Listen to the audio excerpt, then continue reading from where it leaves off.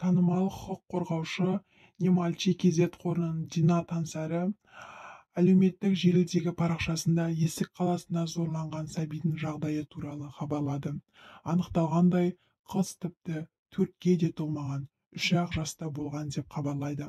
Баланың қазіргі жағдайы туралы ақпаратты ол жатқан ауруханадағы жасырын дерек көздері айтқан. Сәбидің жағдайы өте ауыр. Дәрігерлерге жеткізілген сәтте оның құтқарып қалу мүмкіндігі тым аз болған. Бөлімдегі бүкіл дәрігер жылады. Бала шұғыл түрде облыстық ауруханаға жеткізілді. Ол жақта дәрігерлер өлім аузында жатқан қызды ерлікпен аман алып қалды. Сәби қазір анасымен бірге палатаға шығарылды.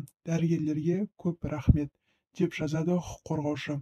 Дина Таңсәрінің айтуынша, бүлдіршінді алыс туысы зорлаған.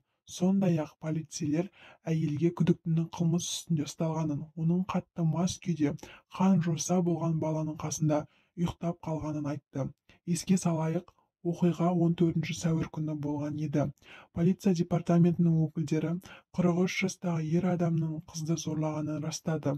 Бұған дейін қыз 4 жаста деп хабарлаған болатын. Ер адам бірнеше күннен бері баланың отбасында қонақ болып жатқан екен.